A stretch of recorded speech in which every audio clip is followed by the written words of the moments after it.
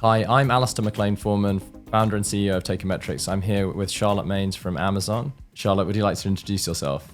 Thanks. I'm Charlotte Maines. I'm here from Amazon. I look after our devices advertising business, including Fire TV, Alexa, and tablet. And yeah, I'm having a great time here at Ken, and I'm excited to talk to you. Well, thank you so much for joining us. We've got some great questions here for you, and I know you're working on Fire TV. First question I have is, how would you describe Fire TV's evolution and its role in the broader Amazon ads ecosystem? Yeah. So we're super proud of Fire TV at Amazon. In fact, my first job at Amazon 13 years ago was launching the very first Fire TV device, and we sold device one in April of 2014, and I can now say that we've sold over 250 million devices globally since then. So that's definitely Amazon scale, not Charlotte Maines, sort of having a hand in it, but still, it's a great product, and that 250 million devices really is the answer to your question. We have customers who love Fire TV in over 80 countries around the world, and we have, an experience we've built that really enables brands and advertisers to talk to customers throughout their content discovery journey. I think that this is part of our sort of overall Amazon advertising opportunity, is that not only, do we have the more traditional surfaces that are related to shopping, like, customers or partners would think of, but we have ways for brands to talk to customers outside of, sort of being on their phone or in more transaction mode. We can talk to them throughout their home with Amazon devices. So Fire TV, as you can imagine, customers spend an average of 4.2 hours a day in US enjoying content on Fire TV. We also have Alexa devices throughout customers' homes. There's screen devices that might live in the kitchen or living room. There's alarm clock type devices where customers are listening to podcasts like this one and other audio content. And these are just ways where customers are in sort of a different mindset, a different mode. They're at home, they're relaxing. And these are ways that brands can talk to them. And they don't really, I would argue that there aren't a lot of other opportunities in the industry to do that. Well, it's amazing. I have some of those devices at home, and it's an incredible product. And the numbers and the scale and the metrics you were sharing, it is mind-blowing. What's something most advertisers don't realize about its value as a full funnel advertising solution, and what makes Fire TV and STV's role in a shopper's journey truly unique? Yeah. Well, when you think about Amazon, as an Amazon customer, which many of us are, I think, you've got the Amazon package showing up on the front doorstep. It's captured in that Ring doorbell, right? Also an Amazon product. Again, customers in their living room enjoying 4.2 hours a day of television on Fire TV, listening to hours and hours of content on their Alexa devices, using their tablets on the go. So when you think about full funnel and, sort of how Amazon offers that opportunity to connect with 300 million individuals in the US, devices are a really big part of that. And again, it's that unique aspect where you're really talking to customers in different contexts than you might be when they're much, lower in the funnel. So I think that when we're thinking about what are some of the opportunities to really tell a story holistically, having these kind of more unique touch points is critical. And the other thing about that I think that is useful and relevant for brands and advertisers is that, where was I going to go with this? Okay. One of the things that's really helpful and unique is that we are able to pair, sort of the opportunity, the incremental opportunity that devices offers with some more traditional advertising units. So for example, we've seen that brands who purchase in-stream advertisements, video advertisements in Prime Video with ads, for example, kind of a traditional TV commercial.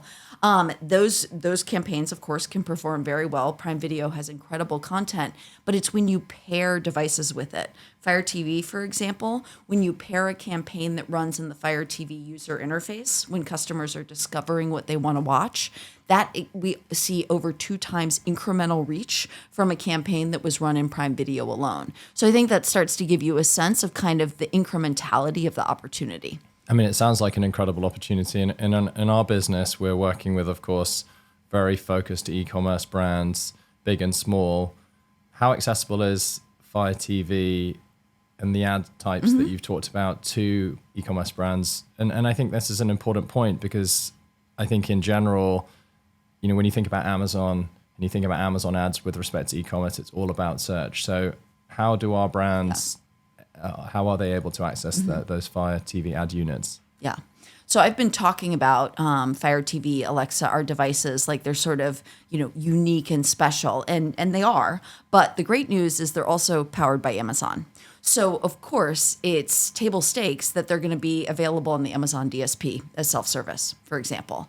Some placements, that's not true. There are still things that are very, very creative heavy, and we're working on using GenAI to make creative production more efficient, which I can get into. But in terms of the majority of the placements across all of those devices, even, small shops are able to, if they've got, an Amazon account and they're going in and, sort of using the DSP to just build campaigns based on their core KPIs on a CPC basis, devices can be part of that. I think that's amazing. I mean, it's a huge force multiplier. And I think a lot of this is about education for those mid-market and e-commerce specific brands, knowing that they can access that massive network that you've talked about through Fire, through that full funnel. It's really incredible. How should brands and advertisers leverage Fire TV and related ad products to grow? Yeah. I think that the opportunity with Fire TV and devices is that because maybe tying it back to the example where you've got an advertiser building a campaign using the DSP, using self-service, our job is to deliver against your KPIs. And so if you choose to include devices as part of a broader buy, then we are going to deliver the ad in a way that ladders up to your results. So we're not going to, have wasted impressions. We're going to maximize efficiency. And then in the case of CPC, you pay for what works, right? You don't pay for something that we don't show or that doesn't generate a click. So I think that now I'm almost speaking to the smaller brands that this is a great way to just get in and test. Just literally include it in a buy that you're making and count on us to drive the results for you. Separately, in the case of, for example, a media and entertainment company, HBO, we all. Fire TV is about first-class entertainment experience. I look after the whole Fire TV business, and my job is to, first, get the device in customers' hands. We've got to create a great product at different price points and different formats that meet the needs of customers as they're building out their living room or their bedroom entertainment solution. But once a customer has a device and is powered it on, we have to have an engaging experience, because otherwise I don't have customers for advertisers to talk to, right? So we really have to build a great entertainment experience that helps customers discover, first, helps customers get into, if they know what they want to watch, they should be able to get into it within seconds. I don't want anything to get in their way. But what we do understand from our research is that 2/3 of our customers have either some or no idea of what they want to watch when they sit down in front of Fire TV. And so what we're thinking about is during that, sort of content discovery experience, how do we help brands and entertainment advertisers connect with customers when they're a captive audience discovering what they want to watch? And how do we make sure that customers find something they want to watch and have that great experience? So that's where we've been using GenAI and LLM-based models to make sure that we're surfacing personalized and relevant content, and that we have ways for entertainment advertisers in particular to participate in the type of content that we're populating for a customer on Fire TV. I love what you said about the testing and the metrics. And I think that's really the differentiation. Of course, the attribution, and Amazon ads has always been so fantastic there on the search side, but the fact that you're bringing that visibility, and this is exactly how we're aligned with what Amazon ads is doing. And I think, again, educational focus here of the ability to actually do some testing, and it's not about just throwing all of the budget on. You can really define the incrementality, and I think that's very, very attractive to smaller brands, of course. AI, huge topic here at Cannes Lions. The big headlines is AI or Gen AI going to disrupt the advertising industry? Right. And I think we are both aligned on the answer to that. Yeah. AI and large language models are shaping Fire TV and the STV experience. How exactly is AI being used to personalize that content in discovery and advertising? Yeah. Gen AI is absolutely just a critical part of how I'm thinking about every aspect of my job, whether it's building a better Fire TV experience, building, tools for advertisers, or Alexa Plus for that matter. look after advertising across our devices, including Alexa. And we've literally just invested years in upending the infrastructure of Alexa from traditional Alexa, who is super friendly and helps you set a timer, to Alexa Plus, which is an entirely LLM-based model that drives very deep, prolonged engagement with the customer and Alexa. So I think that's a great example of GenAI and LLM, and I'll get into that. But to just provide a few sample answers to your question around what we're doing with GenAI, that's on the consumer side, which is so fascinating, and I'm excited to use one of those at home. But can you talk a little bit about, from the advertiser side and a brand example, on the GenAI capabilities, and this is something that we're working on at Teikametrics, to make it easier for brands to create content faster. Yeah. So can you talk a little bit about that? Are you going to enable GenAI for the advertisers? Yeah, and we already have. So I think a couple of examples of things that advertisers can take advantage of is in terms of just making creative more efficient. We have a placement in one of our hero placements in the Fire TV user interface is what we call the feature rotator. And it's the beautiful, very, very high beauty bar creative that takes over the top half of your screen when you turn on Fire TV, and it blooms into a full screen takeover with a video asset. And that's the value of it. It both has this arresting creative that sort of, gives you awareness of the show or the product, but then you have the opportunity to actually tell a story with this video asset. And so while that's great, you can imagine that there's a lot of advertisers who don't just have a bunch of creative folks sitting around creating beautiful still assets. Oh, and by the way, also a 20-second video. And so how can we use GenAI to make that so that it's not only available to these places that have these big creative teams? It's absolute game changer. Yeah. One of the things that we're hearing when we're deploying GenAI solutions is the trust factor. What are your thoughts on this? It's a big topic. I mean, you're helping a brand deploy assets. You're helping them save a tremendous amount of time, but there's still that trust around, are they going to really trust in that generative AI? Any thoughts on that? I think that's the big topic that at least I'm hearing when I'm talking to brand owners. It's come up a lot just in the last week here at Con. The way I'm thinking about it is where we're starting with GenAI is efficiency over creativity, if that makes sense. And where, for me, what that means is that as at least now, and there is just the runway on this is massive, and where we'll be in 5 years is probably significantly, more automated across the board than where we are. But in these early stages, I don't think we need to get to the point where, I'm saying, hey, you went from creating something from A to Z and having a hand in every single aspect, in every font, and every color, and now just nothing. Just say, I just want to run a campaign and you guys do it all. If I was an advertiser, I wouldn't want that either. I still want some control and, want to make sure my brand is represented. But I would welcome a significant improvement in the efficiency of getting from A to Z. I totally agree. And so for us, it's like, nope, we still want you to tell your story and tell your brand. So how much do you want to feed in to start? How many revs do you want? Do you want 0 revs? Do you want 10 revs? These are all things that are still completely how we're doing business. But even with that, using GenAI, able to significantly shorten turnaround times. So that is where we're starting. I totally agree. Efficiency play and total game changer. And then you apply that to the testing and the ability to get more revisions and prove it out. Bit of a technical one here, but I'm actually really curious on this topic. In the GenAI capabilities, are you using GenAI to completely represent a product, or are you sort of augmenting original product photography, original video content? That's something that I found so fascinating. Yeah. Is it completely generative AI in terms of, depicting the images of the brand, or is it, again, coming back to that efficiency? I'm just curious on that technical question. Well, the good, lucky for us at Amazon, we have a lot of information already that is supplied by the brand.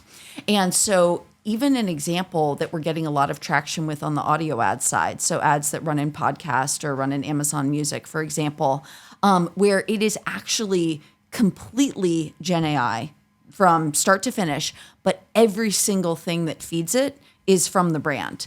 And to unpack that a bit, what we do is, audio ads historically take 3 months, right? Like you've got to write a script, you got to hire the talent, you have to record it, you have to do this and that. And now what an advertiser can do is they can literally say, this is the product that sells on Amazon today that I want to advertise.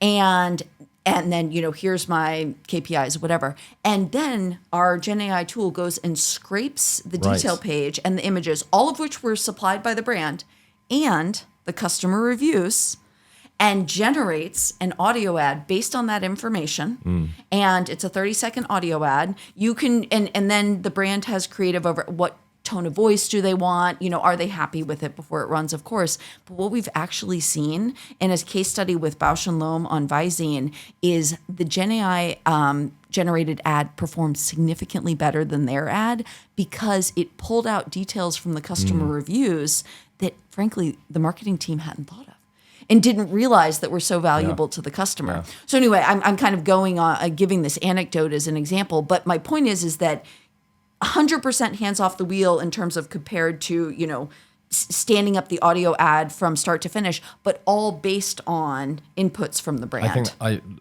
we are working on some similar aspects, and I think that's absolutely where we are now. And really that balance, the inputs are truly their IP.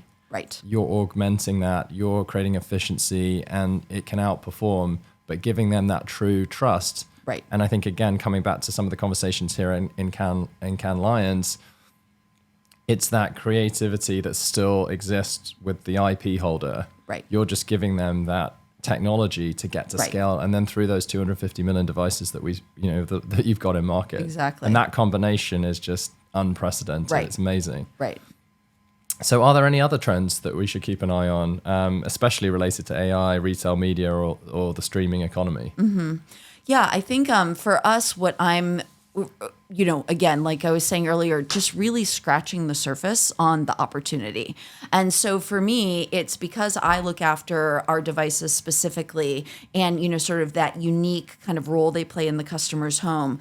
I really represent sort of a different opportunity for advertisers that really drives, kind of unique requirements and unique products that I want to be sure we as broader Amazon are thinking about as we continue to tackle, GenAI and LLM-based solutions. So, we have, as I mentioned, large teams, lots of people working on tackling this problem, but I have very, kind of unique ideas and needs to make sure I'm meeting my device customer needs.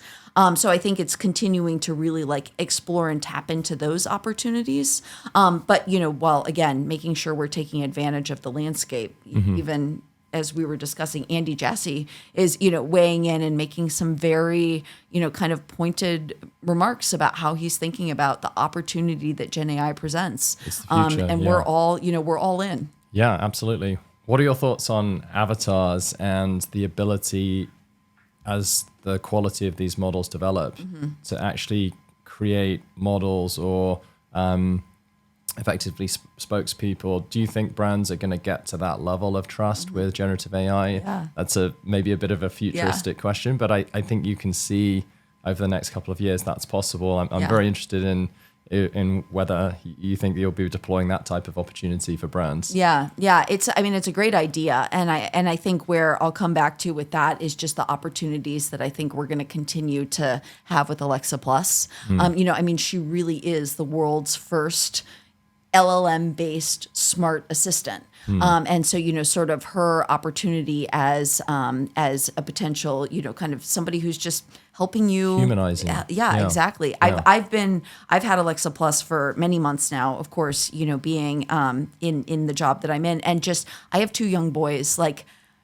She truly helps me run our household in a way that I just accustomed to, sort of the old interaction with Alexa where you had to, every time you talk to Alexa this, right? And now you just have these back and forth engaging conversations. And so I need to get that product. Yeah, Sounds amazing. Yeah, it is. It's really, even being on the inside, I'm just surprised and delighted every day by Alexa. Yeah, going back to the sort of scale, I think, just listening to a product like that and how you're describing using it, the ability to perhaps go beyond different regions, a small brand that doesn't have that capability to humanize their brand voice, but being able to translate like that globally, I can see as a huge opportunity. And Again, another way of using AI to get that leverage. I'm really interested in the concept of discovery and how Fire TV can help with that. A lot of our customers are very, very focused on the search ads. Obviously, that's very performant, very clear metrics on ROAS. How does Fire TV deliver discovery for advertisers?